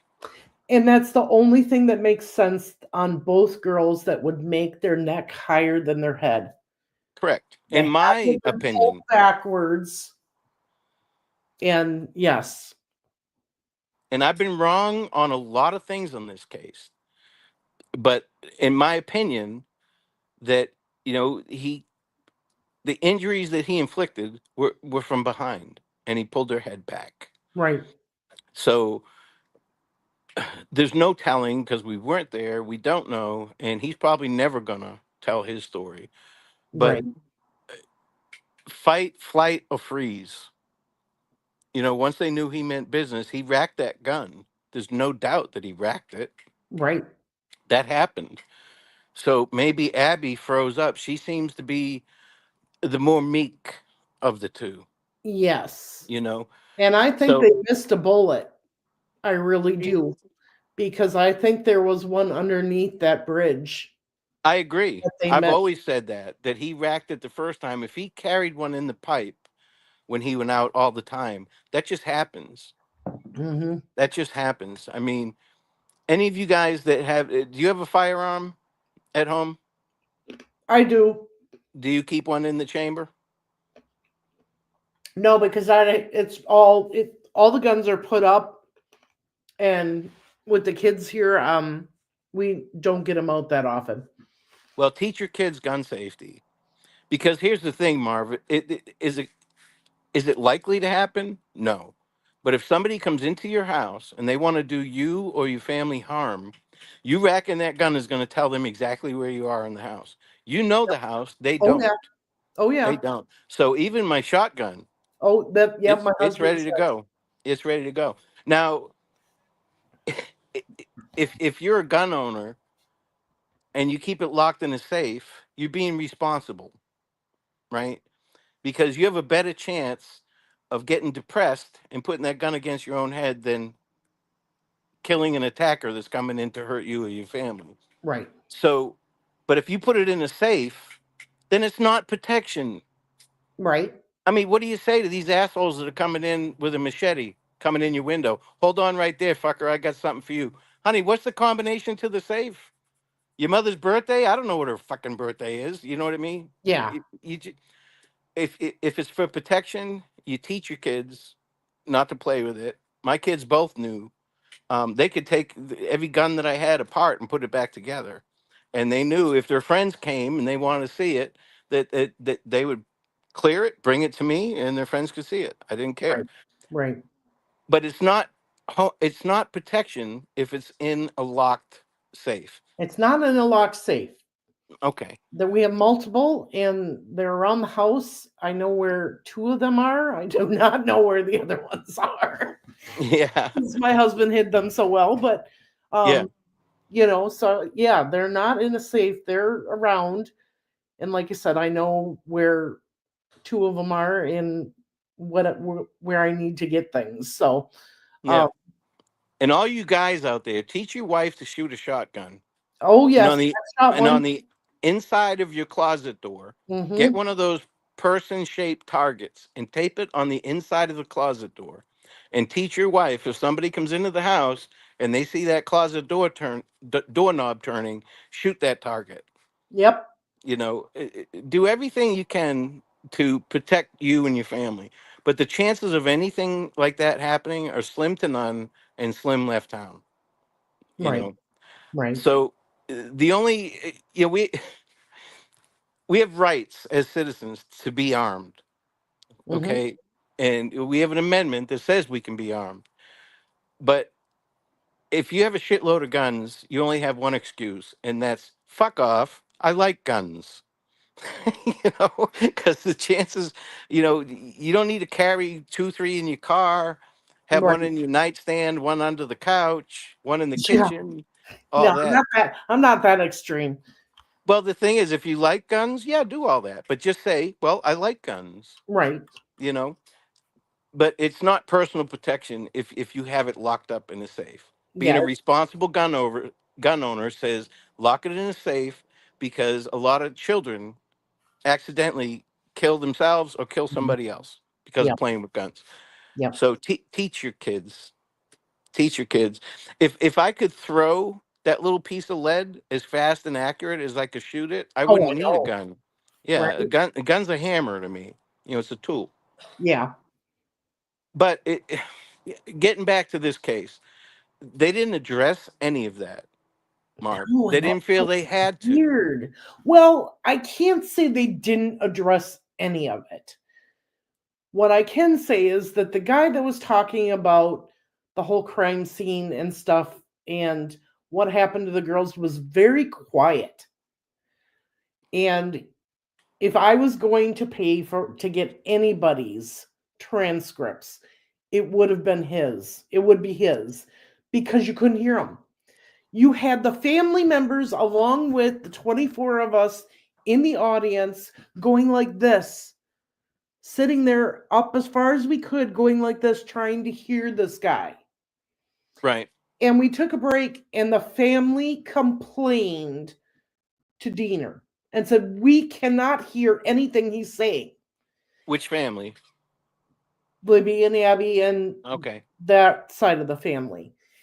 And the judge came back and said, the microphone is for the recorder only. It is not to amplify the sound.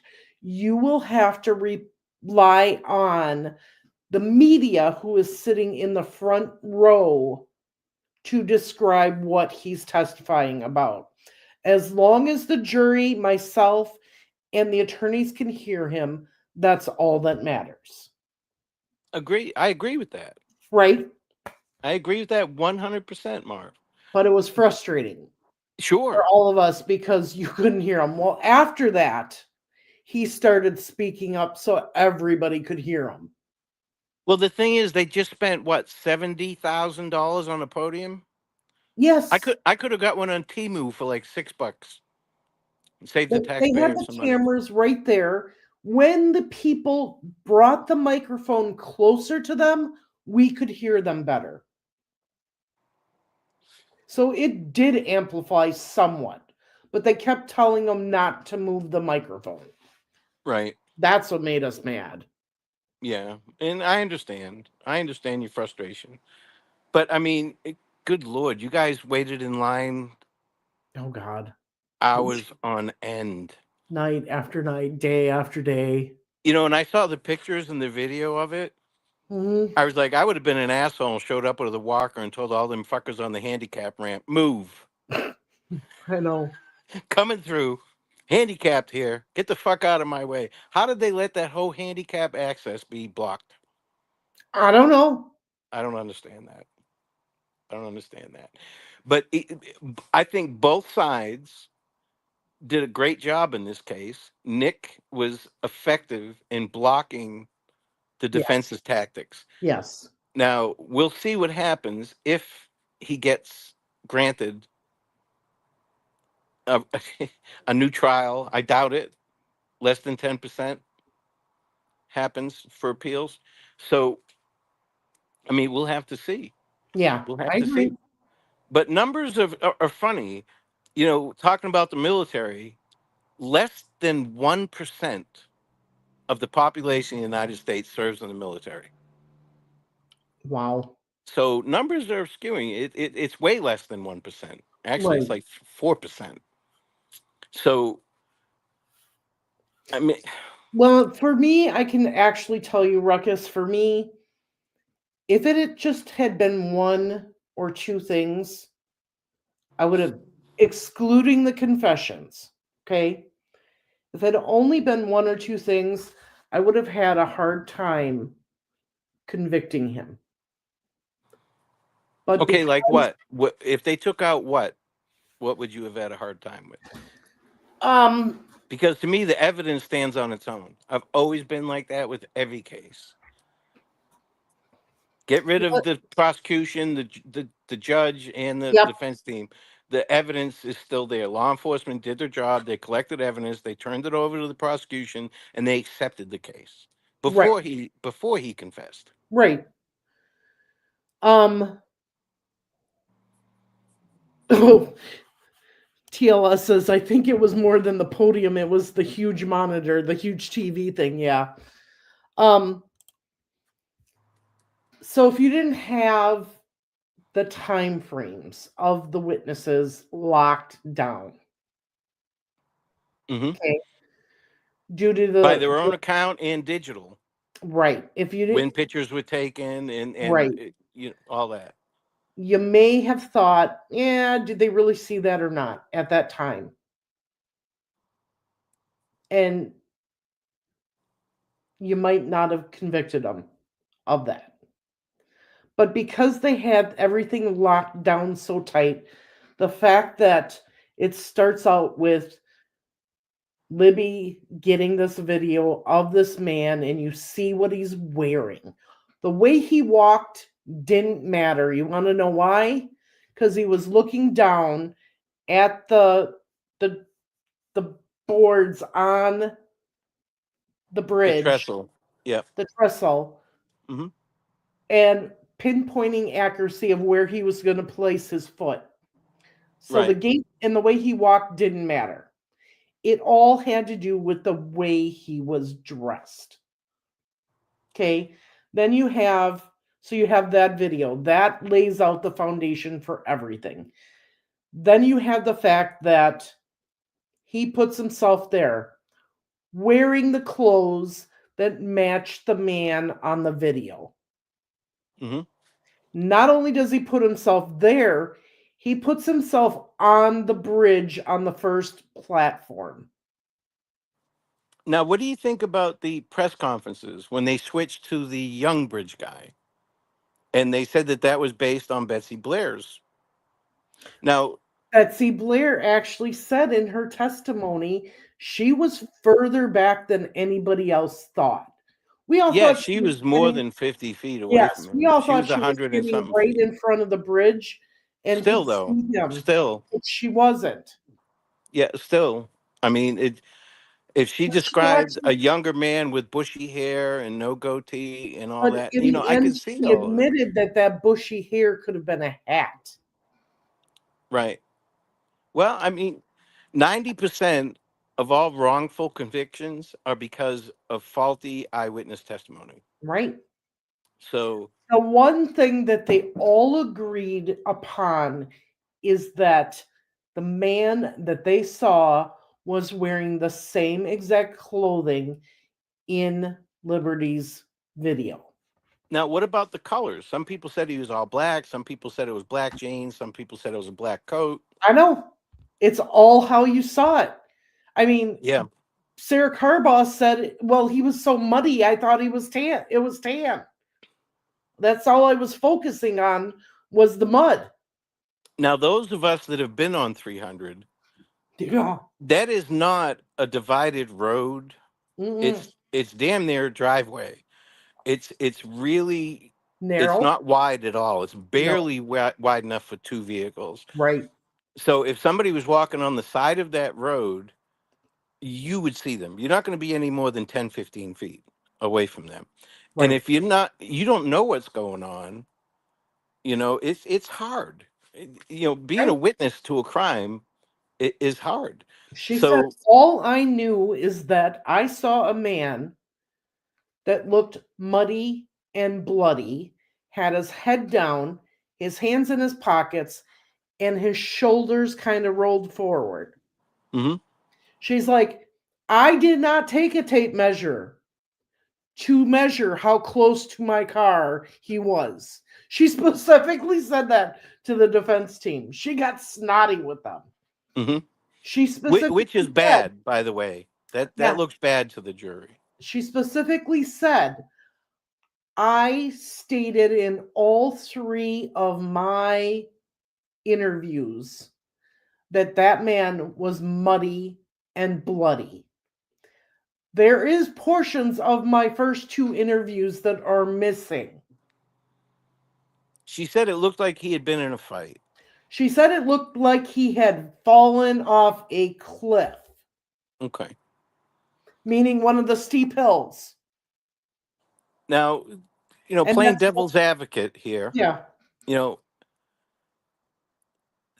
early interviews with his wife, she said when she left for work, he was having a depressive episode and he was in bed. When Hmm. she came home, she found him in the same position. So what did he do with those muddy and bloody clothes? Good question. That was never addressed that No, I'm aware of. no. There So, was so much that wasn't addressed. It's not even funny. hmm, Like, who did he actually kill first? So the only reason I know that Libby didn't get dressed on the south side is because Abby had Libby's clothes on and Libby could not fit into Abby's clothes. and for the longest time, I was led to believe that Libby had on gray sweatpants with black writing down the side. But Now, now, so did Becky. where's Abby's jeans? They said the only thing that was missing was a pair of panties and one sock. Abby's jeans and her panties were found in the creek. Okay, because I've seen those pictures. We've all seen those pictures of the shoe Hmm. and the tie dye shirt. You can identify those two.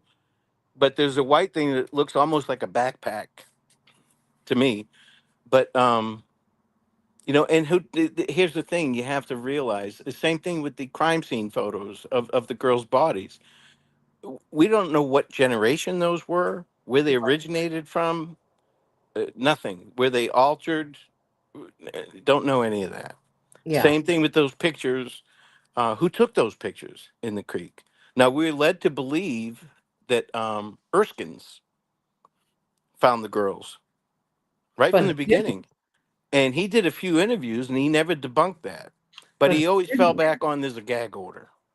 So I mean that's not hard to put two and two together there. But he did not find them. And do you No. remember that video? Two women were driving around. I don't know who they were, and they went by Ron Logan's house and they recorded him, it, audio. They pulled over. Hey, how you doing? Yada yada. He came over and talked to them, and he told them that Brown found them, Hmm. but everybody thought that Erskine's found them. No, Erskine's wasn't even. The whole thing with the zoomed the phone in because there was deer, and then saw the girls. All that was bullshit. Yep. So you see, I've learned a lot from this case. That's what I'm talking about. If it's not my own work, I'm not going to talk about things anymore. I've gotten a lot of grief. I've gotten a lot of emails about that. I put out so much bad information and all that.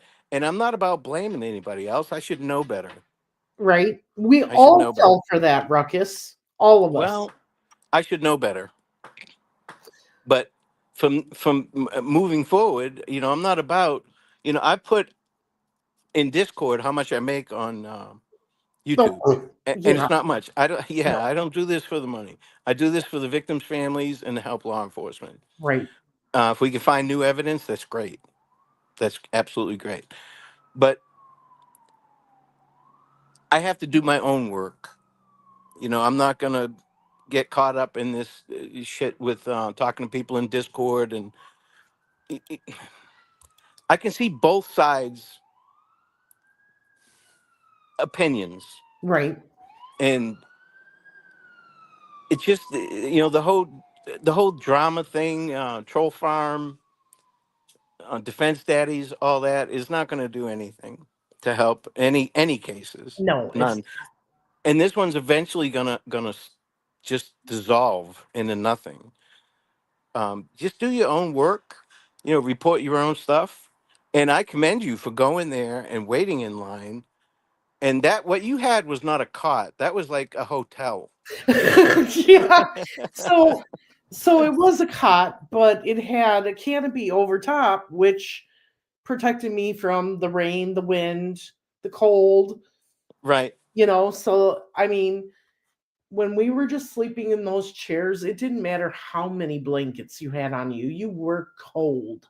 Yeah, I'm not looking forward to going to Evansdale, and not to be an asshole, but I bought a Carhartt jacket to go Oh, out there there. you Yeah. go. And some socks and thermal underwear and all that stuff. I Yeah. talked to Drew yesterday. He said that I'm soft, I'm a sissy, all that. Listen, dude, I grew up in Boston. Cold is cold. I live in Florida now, and I get cold here, you know. But I had to buy winter boots and all that stuff to go out there because I'm not going to go out there and be cold. I got work to do, you know. Okay, so LA says Ruckus. So that story entirely changed about the sleeping and calling off CVS. I knew someone remembered it. Yeah, I mean that was during an early interview with law enforcement. His wife said when she left for work that he is having a depressive episode, and he was laying in bed. He called out of work and all that.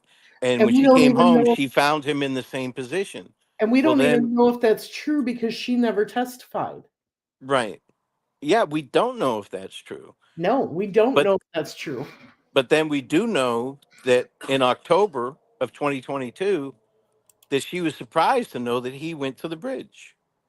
Her exact words were, "You told me you were on the trails, not the bridge." Right. So yeah, I don't know. It's hard to say. I think Nick did a great job. Mm-hmm. Um, I thought there was going to be a lot more evidence. It was underwhelming to me, the whole case, from what I've seen, heard, and read. The whole case was underwhelming on both sides. But in the defense, they got handcuffed. What they prepared for over 2 years wasn't allowed in. Mm-hmm. So we'll see. I agree. I We'll think see. we'll after all the appeals are exhausted and everything, hopefully we'll learn more. Yeah, I mean, I still have questions, I do but too. the jury found him guilty. That's our system, like it or not. If he was acquitted, it would be over, Right? and it wouldn't matter what anybody on YouTube said. You know, that doesn't matter at all. So, I mean, keep that in mind, guys. I mean, the defense used a strategy with putting out information to social media to try and help their case, Mm-hmm. whether it was tainting a jury or just, I mean, they rounded up $45,000, which I gave $3 to. It was $3.58. And when I looked at my credit card receipt, it said that it went to Hennessy. So I gave $3 because I want to be part of that class action suit when it happens. We got a hashtag Rux $3. So, but I'm gonna sign off. Marv, thanks for having me up. I appreciate it. It Yes, was thank great you so talking with much you. for coming and talking to me. Like I said, when I'm talking to people like this, I remember things, and so it's good. You help me see the light on the from behind them thing, and I totally agree with that now, thinking about the way that things were done and the way they said. Um, yeah, because that was one of the things that really bothered me. So I'm so happy that we got to talk tonight. Absolutely. And everybody in chat, thank you for being here. And those that donated to Marv, that's awesome. You guys Yes, rock. thank you, LA. I appreciate it. And have a great Thanksgiving, everybody. And you too, Marv. You too. All right, I'll talk to you later. All right. Bye bye. Bye. Well, I have to thank Ruckus once again. We've had a great conversation. Him being here, his expertise help, like you said, help open my eyes on a few things. Um, so I'm glad that we were able to chat. Um, let's see here. Yeah, there are some things that we don't know the actual truth about. In LA, that was one of your questions about, did she really say that? We don't know for sure. There have been so many things that have been said about this case that didn't happen. And that is truly horrifying because I was one of the people that were saying those things. And Now we find out, no. All the items that we were told about that were at the crime scene, none of them. No coins, no arrows, no dolls, no spray bottle, no sheet with a smiley face on it, none of that.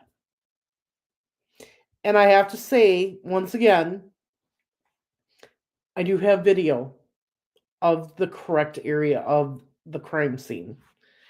And the Wednesday after Thanksgiving, I'm going to be doing a members only live, and I will be showing that.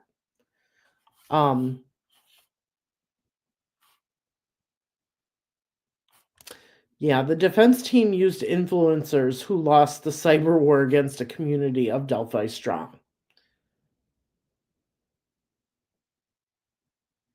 Let's see here.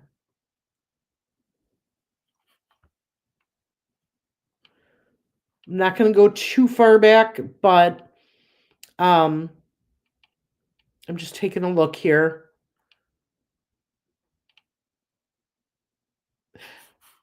Kathy definitely bought into it, and she still does. She is a very nice lady. I got to talk to her a little bit while we were in the courtroom when I sat behind them. She's a very nice woman. And like I told you, I feel sorry for her. She didn't ask for any of this. And whether she knew or she didn't know it was him, I truly don't think she did. She did not realize it. You know, did she have suspicions at time? Maybe so. But she talked herself out of those suspicions. So it's just hard to know exactly what happened. We have a general idea for right now. And I'm hoping, like I said, once all the appeals are exhausted, and whatever happens with that, we will get more information. We may not. Who knows? But we'll have to wait and see. Join me tomorrow night. We are going to go over the evidence that I feel proved that Richard Allen was BG and why the jury saw it the same way and convicted him on all 4 counts. With that being said, thank you for joining me tonight. Thank you, Ruckus, for joining me on panel. I appreciate it. I love our conversations. You all have a good night, and I'll see you tomorrow. Bye.